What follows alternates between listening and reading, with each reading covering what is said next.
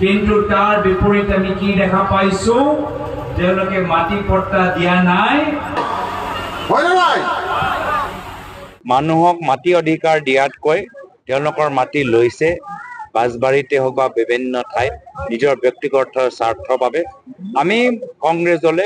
ৰাইজৰ মাটি অধিকাৰৰ বাবে আমি যুঁজিম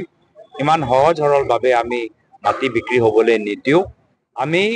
ৰাইজৰ গাঁৱৰ সন্মুখত যোৱা ৰাস্তাৰ ওপৰত আমি চিন্তা কৰিম বিজেপিয়ে মাত্ৰ ডাঙৰ ডাঙৰ ফ্লাইঅভাৰ লৈ সীমিত হৈ আছে আজি আমি মানুহক মনত পেলাই দিছো যে যেতিয়া কংগ্ৰেছৰ চৰকাৰ আছিল যদিও আমাৰ চৰকাৰ কেন্দ্ৰত আছিলে ৰাজ্যত আছিলে কিন্তু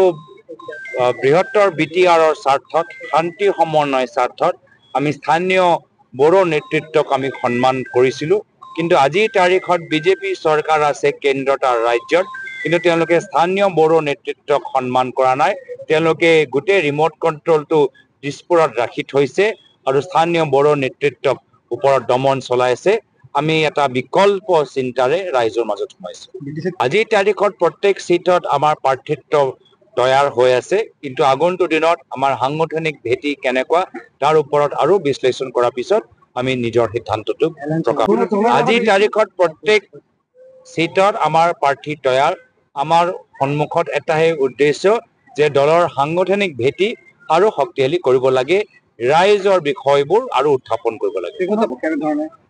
আজি বাজবাৰীত যি আমি দেখা পাইছো ৩৫০০ বিঘাৰ মাটি বিক্ৰী কৰা গ'ল মই ভাবো যি বড়ো আন্দোলন যি আন্দোলনৰ ভূমি অধিকাৰ আৰু জাতিৰ পৰিচয়ৰ পৰা আৰম্ভ হ'ল যি অলোকতান্ত্ৰিকভাৱে এক ৰাতিৰ ভিতৰত ৩৫০০ বিঘা মাটি আদানীক দিয়া গৈছে সেই ক্ষেত্ৰত UPPL আৰু বিজেপিয়ে বড়ো আন্দোলনৰ শ্বহীদৰ প্ৰতি অন্যায় কৰিছে আৰু বিজেপিয়ে মাত্ৰ কোকৰাঝাৰৰ ভিতৰত নহয় কাৰ্বি আংলঙত ডিমা হাছাওত